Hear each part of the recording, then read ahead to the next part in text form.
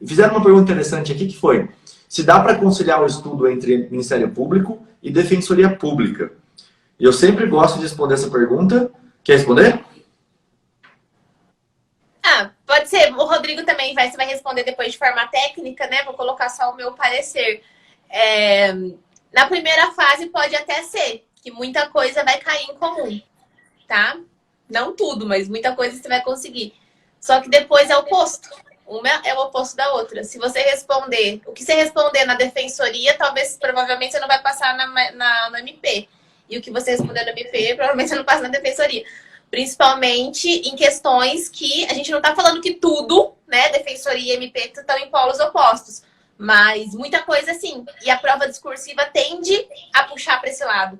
Então, quando você faz uma prova discursiva da defensoria, ela não quer que você fala o óbvio, né? Do que está sendo, do que está acontecendo. Ela quer que você fala, que você tem uma posição diferenciada, né? Seja vanguardista, seja garantista. Então, só para vocês terem uma ideia de como a defensoria é garantista e é vanguardista, no sentido de prestar uma prova discursiva, quando eu prestei a minha prova, minha questão foi a seguinte: para eu descrever sobre o tráfico, o artigo 33 caput, como crime hediondo ou não, e o artigo 33, parágrafo 4º, como crime hediondo ou não. Só que a gente está falando disso em 2013. Quanto tempo depois demorou para reconhecer que o tráfico privilegiado não tem caráter hediondo? Agora vai responder isso, que o tráfico privilegiado não tem caráter hediondo, em 2013, numa prova do MP. Você ia levar ferro, né? Porque não é a posição, não é não é que o que está certo, o que está errado, é o posicionamento do concurso que você está prestando.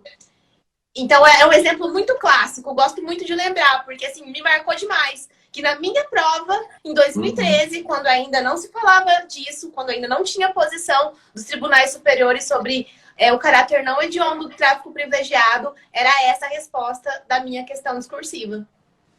Na minha também caiu questões sobre aborto, questões que quem vai fazer defensoria pública tem que entender que é um órgão mais vanguardista. Então você vai ter teses que são teses que vão estar à frente, vamos dizer assim.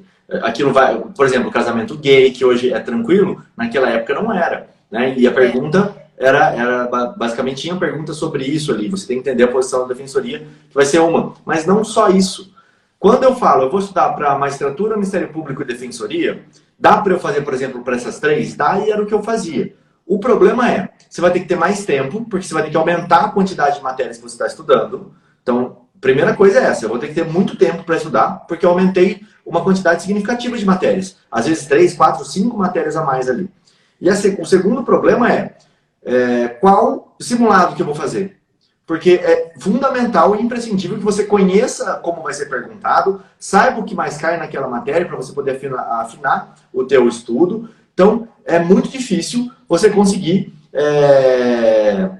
fazer um estudo para 3 matérias. Você vai ficar fazendo um simulado diferente a cada final de semana? Que resposta, que tipo de questão que você vai fazer, que prova que você vai fazer? Isso tudo muda bastante. Então, eu não acho que não compensa fazer um estudo para 3, 4. Isso não quer dizer que você não possa prestar a prova, o que é completamente diferente. Eu posso lá e prestar a prova do Ministério Público, eu posso lá prestar a prova da Defensoria Pública, da magistratura, sem problema nenhum. Agora, foi o que a Ana falou aqui embaixo, outra coisa importante. Quem estuda para analista do TJ, por exemplo, não vai passar na magistratura, mas quem estuda para magistratura não vai passar na prova de analista. A concorrência é completamente diferente. Em uma você precisa saber raso sobre muita coisa, mas de maneira mais rasa. A outra você precisa saber mais aprofundado. Então as perguntas são diferentes, a forma da prova é diferente, então não adianta. Pega o juiz, põe ele para fazer a prova de analista. Provavelmente não vai passar. É diferente a forma de preparação para essas duas carreiras, é completamente diferente. Né? Não que uma seja mais fácil ou mais difícil. O da OAB, que a Ana falou, eu acho legal a gente comentar, porque muita gente vai prestar ou presta. Por que ele é uma prova mais fácil? Não é por conta da questão em si, mas é por conta dos 50%. Você não tem vagas, você não tem um limite de vagas. Agora imagina se fala assim, vão ser aprovados para a segunda fase 1.000 advogados. Aí você vai ter uma concorrência imensa. Aí a prova da OAB vai ter que ser gabaritada quase. Vai ficar extremamente difícil. Então o que torna a prova da OAB muito fácil é que você não tem um limite de vagas.